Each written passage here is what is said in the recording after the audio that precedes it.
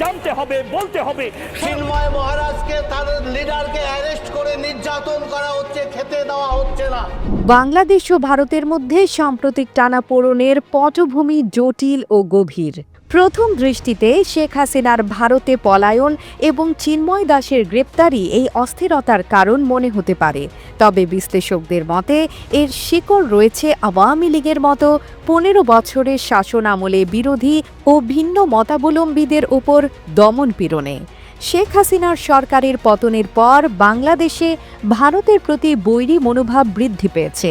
Doctor Mohammad Yunus সম্প্রতি বলেন, শেখ হাসিনাকে প্রত্যার্পণের জন্য ভারতের সরকারকে আহ্বান জানাই। অন্যদিকে শেখ হাসিনা ইউনূসকে অভিযুক্ত করেন গণহত্যার জন্য।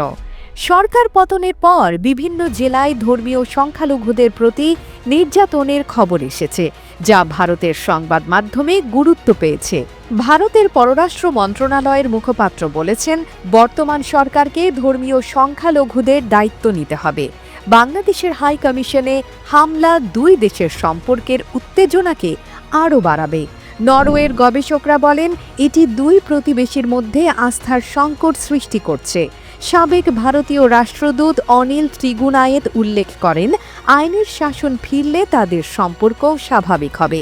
এই পরিস্থিতি প্রমাণ করে দুই প্রতিবেশীর টানাপোড়েনের নেপথ্যে রাজনৈতিক ও ধর্মীয় নানা দিক কাজ করছে, যা ভবিষ্যতে সম্পর্কের ওপর গুরুত্বপূর্ণ প্রভাব ফেলবে।